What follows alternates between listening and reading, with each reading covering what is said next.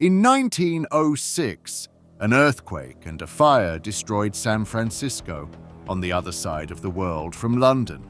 Insurance companies everywhere reached for their lawyers, hunting the small print that would let them pay less or nothing. One man in London sent a different telegram to his agent in the ruined city. "Pay all of our policyholders in full," it said, irrespective of the terms of their policies. His name was Cuthbert Heath, and the institution he worked in was not, strictly speaking, a company at all. It had no shareholders. It sold nothing itself. It had begun 220 years earlier as a room above a coffee house, and by 1906, it quietly stood behind a vast share of everything valuable that moved anywhere on Earth. This is the story of Lloyds of London, how a 17th century caffeine dealer accidentally built the beating heart of world insurance. It is a story about ships and gossip, about a bell that rings for the dead, about the darkest cargo ever underwritten, and about the day 3 centuries in when the whole magnificent machine nearly devoured the very people who owned it. Because near the end of this story, thousands of comfortable British families who had pledged everything they possessed down to their cufflinks discovered what everything actually means. We will get there. It begins with coffee, which in the London of the 1680s was what the internet was in 1995, a new, slightly disreputable technology that let information move faster than ever before. Coffee houses were nicknamed penny universities, a penny for a cup, and all the news you could absorb.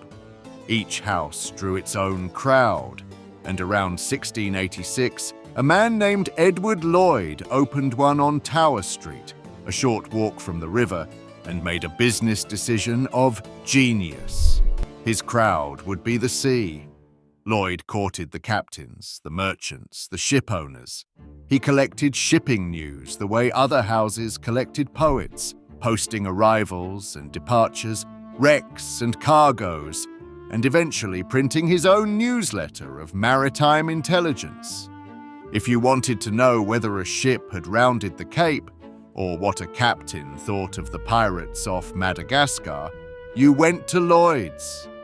And where the information about ships gathered, the men who bet on ships gathered too. The bet in question is one of humanity's older inventions, marine insurance, known in the Italian ports for centuries. A merchant sending a cargo to sea risks ruin on a single storm, so he pays a small, certain sum to men who, in exchange, promise to bear the large, uncertain loss. In London, the promise worked with beautiful simplicity. A broker carried a slip of paper describing the ship, the cargo, the voyage. Wealthy men read it, judged the odds, and each wrote, beneath the description, the share of the risk he would take, signing his name under the terms, underwriting. An underwriter is a man whose signature sits beneath a risk, and every one of them at Lloyd's pledged the same security, not a company's fund, but his own entire personal fortune to his last shilling. The trade needed only 3 things: information, capital, and trust. Edward Lloyd sold the coffee that came with all 3. Understand how loose the line was in those early rooms between insurance and pure wager, because the market's first great crisis was moral. The same men who underwrote hulls would cheerfully write policies on whether a besieged city would fall by Christmas, whether a public figure would survive the year, whether a highwayman awaiting trial would hang. When a celebrity fell ill, the coffeehouse odds on his life could tighten daily, and there are accounts of gentlemen discovering to their horror that speculators held policies on their deaths, which is an uncomfortable thing to learn about strangers.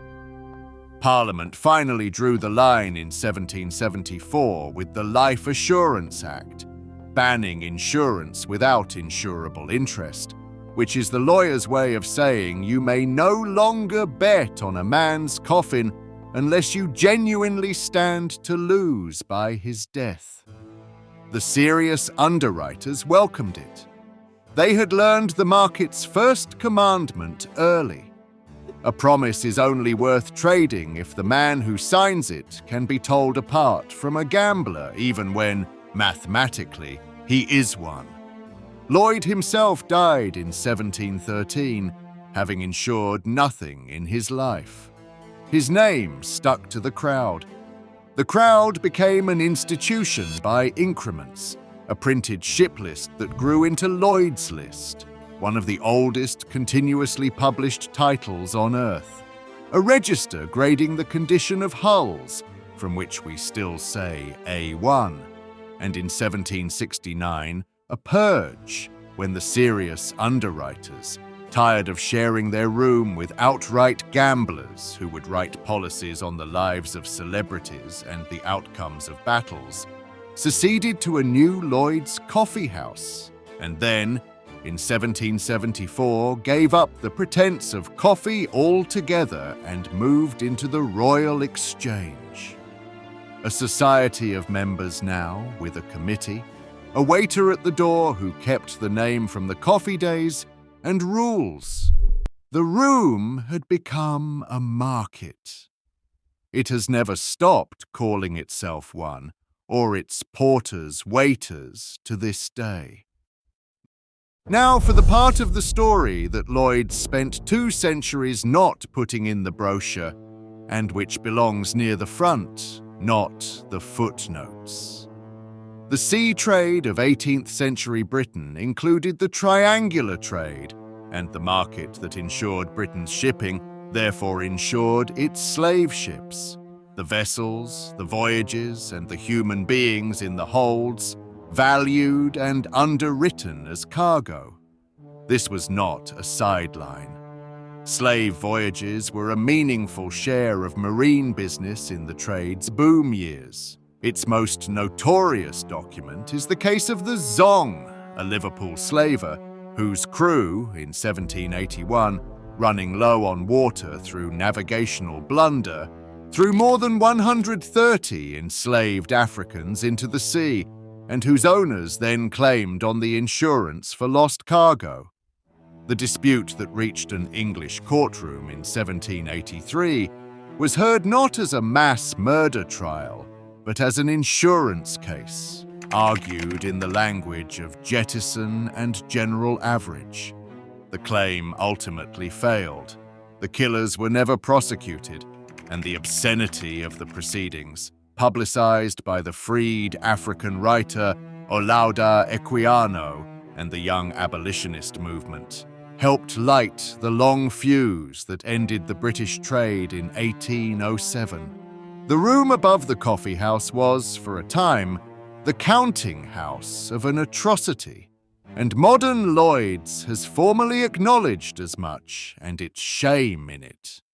This story keeps that fact where it belongs, in the ledger, permanently. Its finest hours as a national institution came draped in black. Through the Napoleonic Wars, the committee ran Lloyd's Patriotic Fund, raising enormous subscriptions for wounded seamen and the widows of the dead, and presenting engraved presentation swords to heroes of the fleet. The fund exists to this day, the oldest of its kind. And when the schooner Pickle brought home the news of October 1805, victory at Trafalgar and Nelson dead, the intelligence that convulsed the country moved through Lloyd's subscribers within hours. Half the room enriched by the safety of the convoys, all of it hushed by the price. The market was formally incorporated by Act of Parliament in 1871, its committee given legal teeth, but its soul stayed unincorporated. Individual men, Individual signatures, individual ruin available on request. Through the wars against Napoleon, Lloyd's grew into something like a national institution, and from a wreck of that era, it acquired its most famous piece of furniture. In 1799, the frigate Lutine, carrying a fortune in gold and silver insured at Lloyd's, went down off the Dutch coast with all hands. The underwriters paid in full, a payment that hurt, and thereby owned whatever the sea might return. Half a century later, salvors brought up, among scraps of the treasure, the ship's bell. Hung in the underwriting room, the Lutine bell became the market's voice. One stroke for bad news, a ship lost. Two strokes for good, a ship safe. Business paused at the sound. In a room whose whole trade was the sea's mood, the bell was the sea speaking. The new century announced its scale immediately. In April 1912, the market insured the largest moving object mankind had ever built, the unsinkable one. Her hull covered for £1 million at what were, in hindsight, insultingly low rates.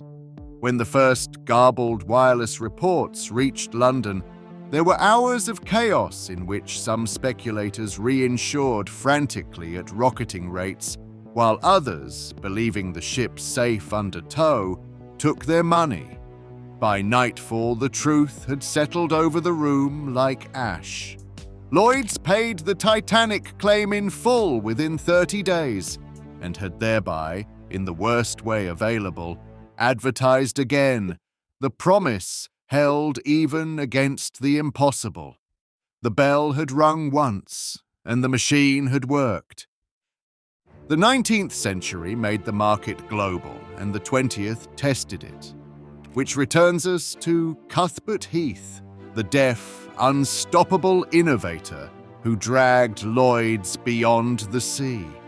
Heath wrote the market's first serious non-marine business: fire, burglary, earthquake, the modern world's new anxieties. When San Francisco burned in 1906, with claims that dwarfed anything in memory, his telegram, "Pay all claims in full irrespective of the terms," was on one level a staggering financial risk. It was, on another, the finest advertisement ever written in the insurance trade. American business never forgot it. For the rest of the century, when American risk went looking for a home, it sailed east to Lime Street, and Lloyd's paid for San Francisco many times over in premium. Trust, the commodity Edward Lloyd had brewed by accident, had been demonstrated at continental scale. Heath's heirs turned underwriting into a game of imagination. If it could be valued, it could be signed. Lloyd's wrote the first motor policies and the first aviation policies, while both machines were still novelties. It insured the early satellites when space was barely a business, and it built a sideline in glamour that did more for its fame than a century of marine cover, insuring a film star's legs, a comedian's moustache, a pianist's hands, risks whose premiums were trivial and whose newspaper coverage was priceless. Behind the stunts sat a serious truth. By the second half of the 20th century, when something existed nowhere else, no market for it, no precedent, no actuarial table, it came to Lime Street, where some syndicate would name a price. The strange and the catastrophic became a British export. The market's own home kept pace with its theatre, having outgrown the Royal Exchange and two purpose-built halls. In 1986, it moved into Richard Rogers's inside-out tower on Lime Street, all external steel ducts and glass lifts, a building that looks like an oil refinery dressed for the opera, with a 12-story atrium so that the room, the actual trading floor, could remain one single room as it had been since the coffee house. The machine that did all this deserves a moment of admiration because nothing else in finance quite resembles it. Lloyd's is not an insurer.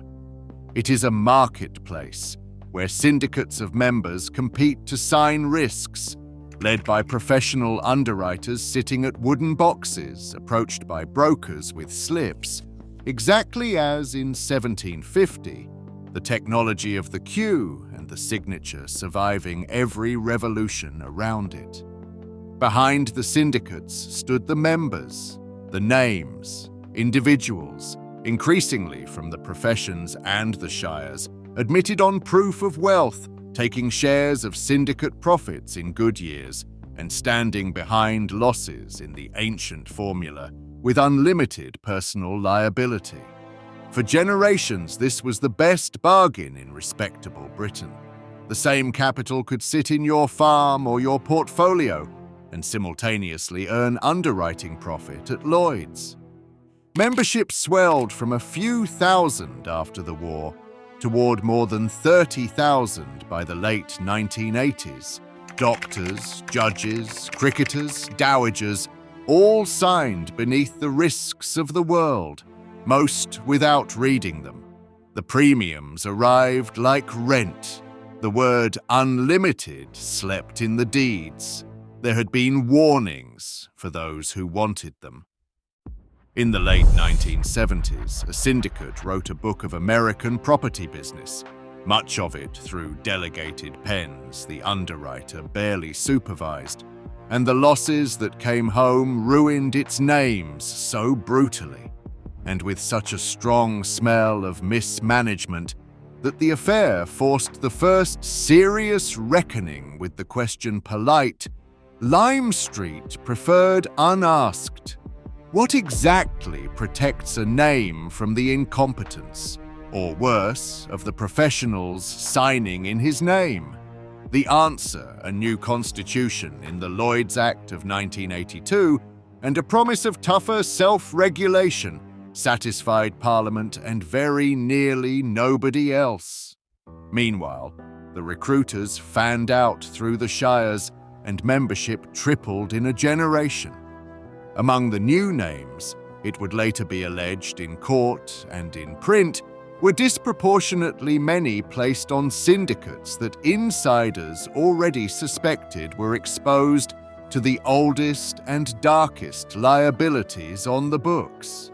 The insiders called the old asbestos years the long tail. The recruits were not always told how long or how sharp. It woke fully in the 1980s. 3 storms met over Lime Street at once. First, the long tail. Policies the market had cheerfully written decades earlier for American industry turned out to cover asbestos and pollution, liabilities that matured slowly and then all at once, as American courts traced diseases back to exposures insured in 1950. Second, catastrophe. The late 1980s and early 1990s delivered a run of disasters with few equals. The Piper Alpha platform exploding in the North Sea, hurricanes, the Exxon Valdez, each a record claim in its own right. And third, the market's own ingenuity turned inward.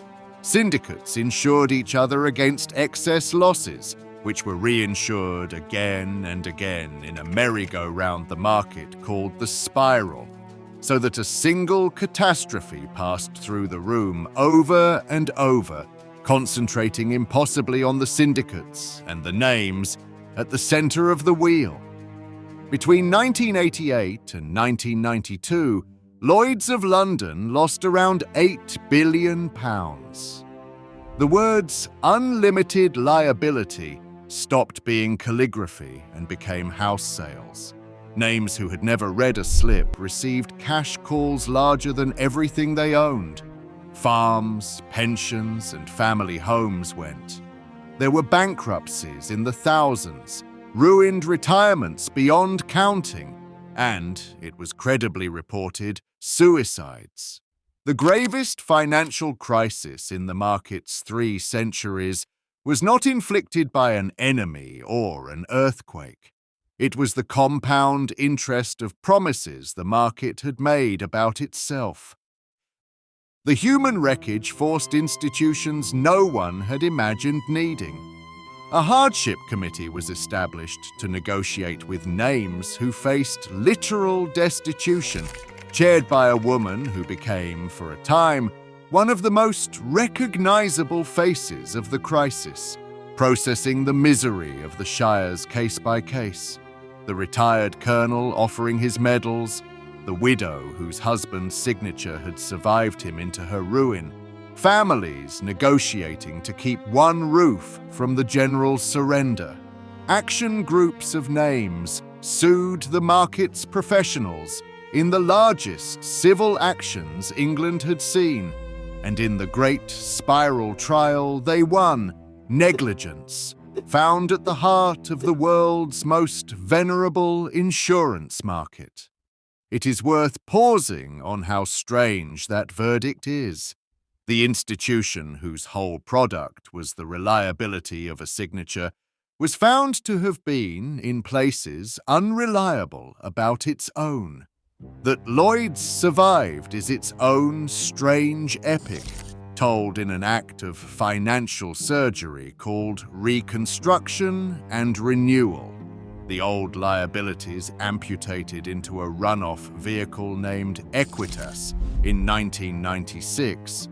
The wounded names settled with, and the door opened for the first time to corporate capital with limited liability, the gentleman's unlimited pledge, the market's foundation stone since the coffee house, was retired from active service. Today, the overwhelming bulk of the capital behind the boxes is corporate. The individual name on the old terms is functionally extinct. The market that nearly died of its own tradition saved itself by ending it. Even the amputated past found a final resting place.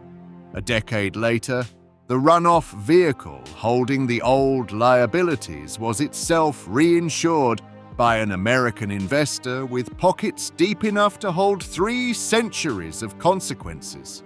And the ghosts of 1950s asbestos policies went to be haunted, of all places, in Omaha. And yet, walk into the Lloyds building now, that inside-out cathedral of steel and glass ducts on Lime Street, and the 17th century is still running. Brokers still queue at boxes with slips, now electronic, still argued line by line. The lutein bell still hangs at the center, silent for routine business, rung for the great occasions and the great griefs. The loss book still lies open, ships' names entered by hand with a quill, as they have been for 200 years. Somewhere in the specialty syndicates, someone is pricing a satellite launch, a footballer's legs, an oil platform, a pandemic, the risks of a world Edward Lloyd could not have dreamed, by a method he would recognize in an afternoon. Information, capital, trust, and a signature underneath. Stand back, and the whole 3-century arc is visible in one line. A market built on unlimited trust was nearly destroyed by unlimited liability and lives on by rationing the very thing that made it. The coffeehouse's descendants still insure the world. They simply no longer pledge their cufflinks. And here is the closing thought worth sitting with. Every institution in this story, the list, the bell, the boxes, the names, exists because moving information about risk was once so hard that men had to gather in one room to do it. The room outlived the sailing ship, the telegraph, the telephone, and the internet, because it turned out the scarce commodity was never the news. It was the trust, the willingness of one stranger to sign beneath another stranger's catastrophe. That is still scarce. That still needs a room. If someone in your family went to sea under a Lloyd's policy, worked the London insurance world, or was a name in the years when the bell tolled for the market itself, put it in the comments. Those records matter more than the official ones.